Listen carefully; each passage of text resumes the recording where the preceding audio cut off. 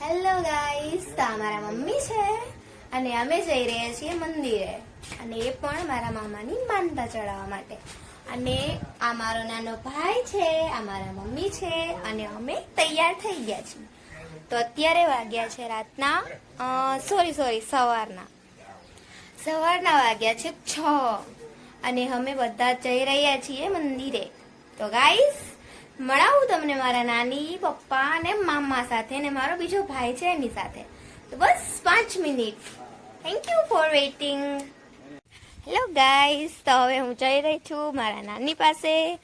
તો તમને મળાવું. નાની, મારા નાની તો જો મસ્ત તૈયાર થઈ ગયા છે.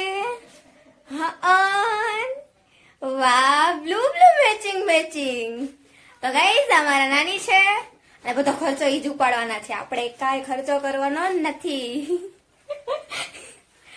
તો ગાઈસ, આ અમારું ઘર છે, આ અમારું મંદિર છે, અને તમને બતાવું હવે. ગાઈસ, હવે મારા મામાને મળીએ. આ મારા મામા છે, અને બીજા મામાની ખબર નહીં ક્યાં છે. હું જઈ રહી છું મારા મમ્મી પાસે. જોઉં છું હવે કેટલી વાર છે એમને. અને અમારો ભાઈ જો તૈયાર થઈને અહીંયા બેસી ગયો, ઊભો છે. આઈ થિંક અમારા પપ્પા છે. હેલો. મમ્મીને હજી કઈક ભૂલી ગયા હોય એવું લાગે. કેમ કે પૈસાનો હિસાબ કરે છે. ગાઈસ, તો મને તો છે ને આ બધાનું કઈ સમજાતું જ નથી. ક્યાંક જવાનું હોય ને એટલે બહાર આવીને બેસી જાય. કેવી રીતે? આવી રીતે મસ્ત આમ હોય. ક્યાં બધા બેસી ગયા છો? તો ક્યાંક જવાનું હોય ને એટલે મોડું જ કરે, હાથે કરીને બધાય. 4 વાગે જવાનું હતું, હા, હમણાં અને 7 વાગી જશે, પણ સમજતા જ નથી તૈયાર થવામાં.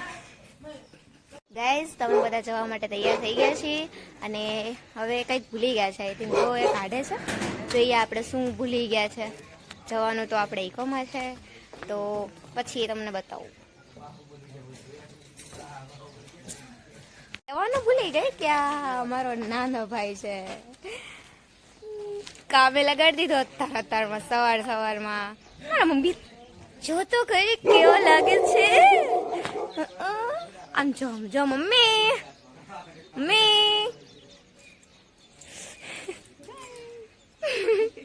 આ બધા તો નીકળી ગયા. જો આટલા બધા આવવાના અમારી સાથે.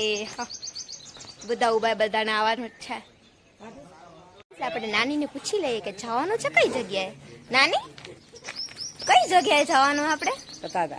સત્તાધાર. પછી ક્યાંય જવાનું કે ત્યાંથી પાછું રિટર્ન? જુનાગઢ. વાહ, મારી ફેવરેટ પ્લેસ જુનાગઢ. ચાલો જઈએ.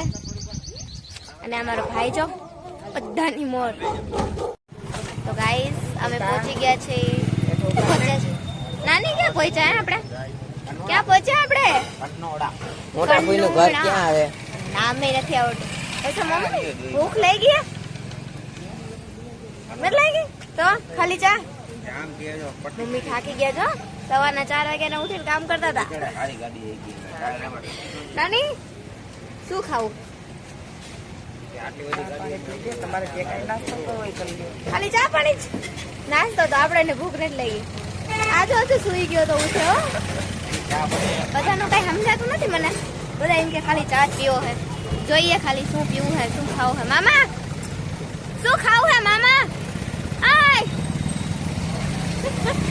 ઈ તો વિડિયો જોઈને મોઢું હંતાડી જ લે. માંડ એક વિડિયોમાં મને મોઢું ફેસ બતાવ્યું. આ મામા કેટલો એટીટ્યુડ બતાવે છો. તો શું ખાવું હે? તો અમે લોકો અહીંયા પહોંચી ગયા છીએ, અને વાગી ગયા છે બપોરના 11:30. 12 વાગવામાં 20-25 મિનિટની વાર છે. અને તો આ મામાની છે માનતા ચડાવવાની છે ગાઈસ.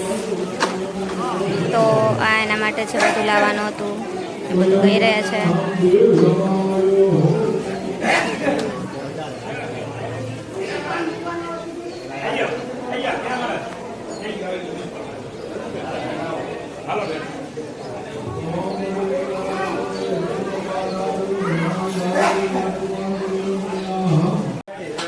તો ગાઈઝ, અહીંયા કંઈક માનતામાં એવું હતું કે મામાનું જેટલો વજન હશે એટલી જ સાકર લેવાની છે એવું કંઈક નાનીએ રાખ્યું હતું. તો અહીંયા એ જ કંઈક કરી રહ્યા છે. આપણે જોઈએ શું કરવાનું છે. બસ છેલ્લે સુધી વિડીયો જોજો ગાઈઝ. ગાઈઝ એક બોક્સ 25 કિલોનું છે.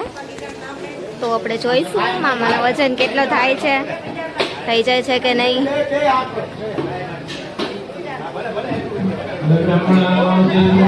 મામાને તો ડર લાગે છે કે સાકર તૂટી ના જાય. આવી કેવી માનતા યાર, મને તો કઈ સમજાતું નથી.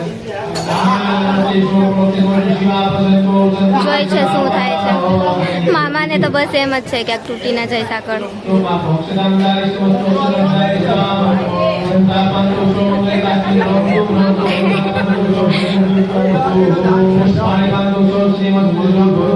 નહીં થાય.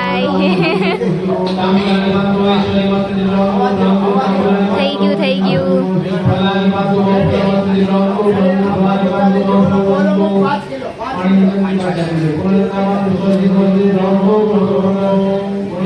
બસ થઈ ગયું. 5 કિલો વધી જાય છે. 3 કિલો.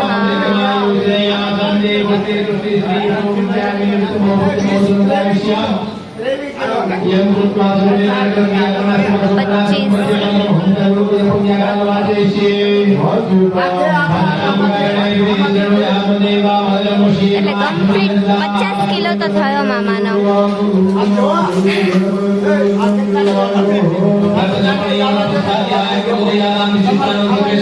ગાઈઝ તો બધું જે નાનીને માનતા હતી એ કમ્પ્લીટ થઈ ગઈ છે. અને હવે જવાનું છે કંઈક બીજી જગ્યાએ, ખબર નહીં, જે આનાથી જ કંઈક જોડેલું છે. તો જવાનું છે, તો આપણે જોઈશું કઈ જગ્યાએ જવાનું છે. બને રહ્યો વિડીયો ઉપર. Thank you so much for waiting. તો ગાઈઝ આપણે અહીંયા અત્યારે બહુ જોરદારની ભૂખ લાગી ગઈ છે. આવી ગયા બધા જમવા. જોઈ લો બધા ગોઠવાઈ ગયા છે ને એકદમ મસ્ત રીતે. મમ્મીને તો ખાવાનું હોય કે ક્યાંક બેસવાનું હોય એની તો કઈ ટેન્શન જ નથી.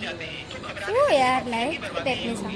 અને નાની તો અમારા જો ક્યાં બેસી ગયા, કારણ કે મને અત્યારે ખબર પડી કે એમને ઉપવાસ છે આજે પૂનમનો, તો એ ખાવાના નથી. તો અમે બધા ખાવામાં છીએ. અને બહુ જ ભૂખ લાગી છે. સિરિયસલી આટલી ભૂખ લાગી છે ને કે વાત જ ના પૂછો. તો જોઈએ.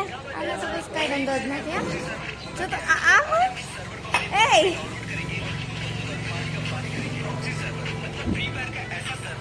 ભૂત આવી ગયું કે શું આનામાં કઈ નક્કી ના કહેવાય. આપણને બીક લાગે.